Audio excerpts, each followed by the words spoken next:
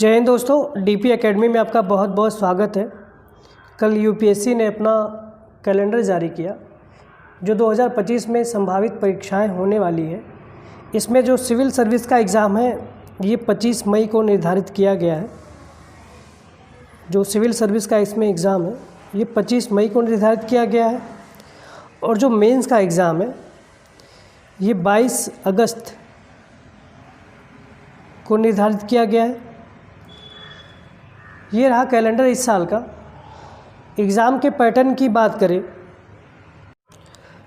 Exam के pattern में जो प्रीलिम्स होता है इसमें दो पेपर होते हैं। एक आपका होता है जीएस पार्ट 1 और जीएस पार्ट 2।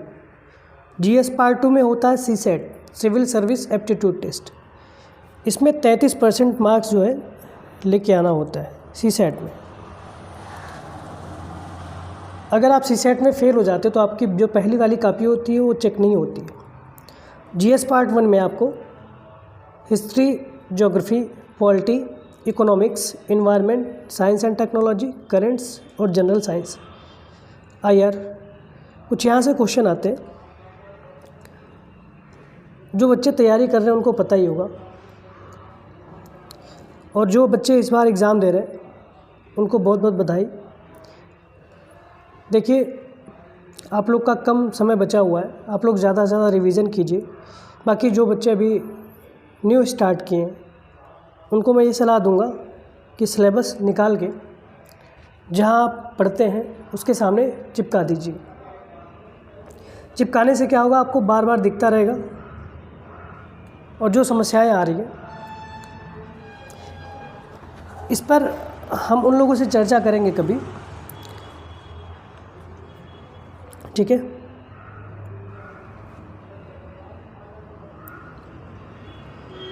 मेंस की बात करें तो इसमें ऐसे 250 मार्क का, जीएस पार्ट 1 250 नंबर का, पार्ट 2 में 250 नंबर का, 3 में 250 नंबर, जीएस 4 में 250 नंबर। ऑप्शनल में जो आपके होते हैं दो पेपर होते हैं, ये 250 वर्ड का होता है, ये 500 नंबर का होता है। टोटल मिला के 2025 होते हैं। लेकिन जो हमारा सब्जेक्ट का होता है, जितने मार्क होते हैं वो 1750 होते हैं। पर्सनालिटी टेस्ट जो होता है, इंटरव्यू, ये 275 मार्क का होता है। इसमें भी जो बच्चे अगर 1000 नंबर लेके चले आते हैं वो अधिकतर टॉप कर जाते हैं। मेरिट इससे ऊपर जाते ही नहीं, अभी तो गई नहीं है, ठीक है। साथ में ये कहना चाहूँगा बच्चों को, देखिए कैलेंडर तो आप लोग देख लिए कब है। 1 साल का एग्ज़ाम है। यूपीएससी 1 साल एग्ज़ाम भी लेती है। पहले प्रीलिम्स होता है, फिर मेंस होता है, फिर इंटरव्यू होता है। कई लोग का धैर्य भी टूट जाता है इसमें। जो बच्चे कई साल से तैयारी कर रहे हैं उनका नहीं निकलता है, उनसे पूछिए। और तैयारी करने के साथ साथ आपको बहुत ज़्यादा डिमोटिवेट होते हैं कुछ बच्चे, तो मैं उनसे कहूँगा कि थोड़ा आप ऐसे दोस्त रखिए जो पॉजिटिव हो। अपने परिवार में बात कर लिया करिए सॉरी, परिवार में बात कर लिया करिए, क्योंकि एक लंबी जर्नी है। परीक्षा की बात करें तो सिलेबस आप सामने चिपकाइए। उसके साथ से आप देखिए कि जीएस पार्ट 1 में हमारा क्या है, 2 में क्या है, 3rd में क्या है, 4th में क्या है, क्योंकि प्रीलिम्स निकलने के बाद आप मेंस की तैयारी तो करेंगे नहीं। इसलिए 1 साल का समय है। देखिए 2025 में 1 साल का समय है, 13 मंथ लगभग है, 12 मंथ के बाद 13 मंथ, ठीक है। तो आप एक काम करिए कि जीएस पार्ट 1 उठाइए। इसमें हिस्ट्री, ज्योग्राफी जो भी है, एंशिएंट, मिडिवल, मॉडर्न, तीनों history, art and culture, world history, Indian geography, world geography, Indian society. Syllabus के अकॉर्डिंग आप 2-2 मंथ का टारगेट बनाइए। 2 मंथ में हमारा जीएस पार्ट 1 कवर हो जाएगा, 2 मंथ में हमारा जीएस पार्ट 2 कवर हो जाएगा। ठीक है, इस तरीके से साथ में 24 घंटे का समय मिलता है। 8 घंटे आप आराम से सोइए, कोई दिक्कत नहीं सॉरी 8 घंटे आराम से सोइए,